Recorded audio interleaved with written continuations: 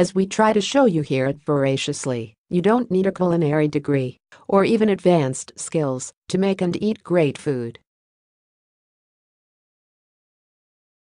That doesn't mean we shouldn't swipe ideas from the pros, especially when they're simple, versatile, and give you back much more than you put in. Take compound butter. Sounds kind of fancy, but it's not. It's flavored butter. It's also incredibly easy to make and use. Here's how. Start with the basics. It begins with butter, of course. Unconventional Diner chef owner David Deshaies, a native of France, where compound butter is a staple of the cuisine, likes to leave his butter out overnight to come to room temperature.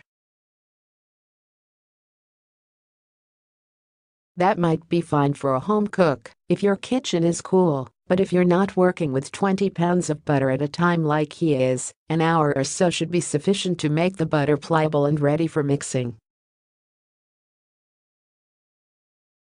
The 10 Voraciously recipes readers loved most in 2018. Deshaies' preferred mixing tool is a stand mixer. Use one if you have it, though you can easily pull together a compound butter with no more than a bowl and wooden spoon. A hand mixer works well too. In her comprehensive piece on compound butter for The Washington Post in 2002, Renee Schettler offers a base recipe that starts with 1 stick, 8 tablespoons 4 ounces, of butter. Keep in mind that smaller amounts can be harder to work with. First, beat the butter on its own to make it smooth, getting it as light and fluffy as you want, depending on whether you prefer it denser or airier. Add a pinch of salt and your flavoring ingredients, more on that below, and combine thoroughly. Adjust the seasoning to taste before scraping the butter onto a sheet of parchment or wax paper. Plastic wrap can be less ideal if it's not smooth and the wrinkles get stuck in the solidified butter close to one of the long ends.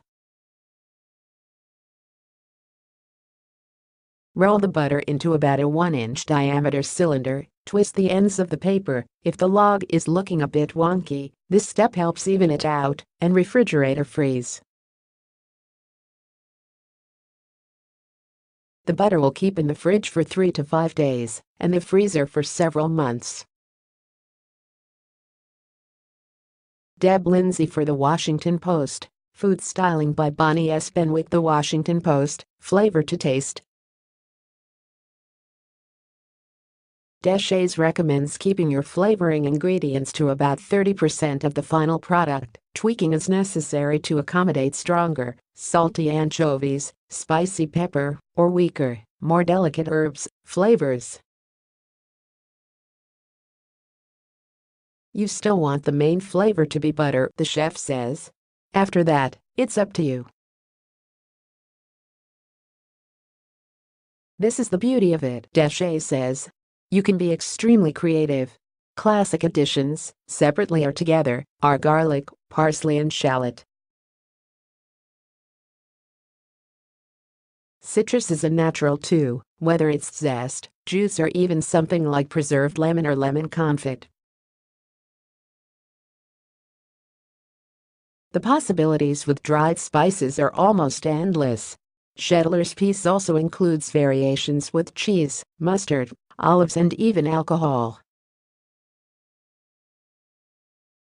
You can lean sweet too, incorporating jams, freeze-dried fruit, ground to a fine powder in the food processor, crystallized ginger, and warming spices such as cinnamon and nutmeg. How best to harness the power of garlic in your everyday cooking? Avoid turning the butter soupy with excessive amounts of liquid. Too much liquid may change how the butter sets and melts. And keep in mind that you want your butter to be free of large chunks. So finely chop your firmer ingredients. Deshaies, though, says you can have some fun with texture with such additions as finely chopped peanuts, fried grains of rice, and quinoa that can leave behind a crunchy garnish as the butter melts. Ditto finely chopped chives on the outside of an herbed butter. Think about colors too. Freeze-dried fruit, squid ink and turmeric are vivid ingredients that lend both hue and flavor. As with any improvised recipe, it's good to taste as you go. It's much easier to add more ingredients than take them away. Deb Lindsey for The Washington Post. Food styling by Bonnie S. Benwick. The Washington Post. Use far and wide. Compound butters can be incorporated into a dish before cooking, saffron wedding cookies, anyone, or after. You're probably most familiar with the concept thanks to those pats of butter you might find enticingly melting over a steak at a restaurant. You can do the same with a piece of salmon and vegetables, roasting them with the butter or using the butter as a finishing touch. With a garlic and herb butter already stashed in the fridge, homemade garlic bread is within reach even on a weeknight. Leave store-bought croutons in the dust when you toast cubes of bread with your own flavored butter. Savory compound butters can serve as a quick sauce as well. After you've seared or roasted meat, use something acidic, wine, a little vinegar, etc. to scrape up those tasty brown bits, deglaze in fancy speak, and then whisk in the compound butter for a rich, glossy sauce. Sweet or spiced butters are wonderful when spread on toast and crowning a stack of pancakes. They'll make your scones sing too. No one will complain to have a little piece of flavored butter on top of a dish, Deshaies says. More from Voraciously: how to leave those bottled dressings behind and make your own vinaigrette, the one cooking technique that won't steer you wrong. A guide to cooking mushrooms for lovers and skeptics alike.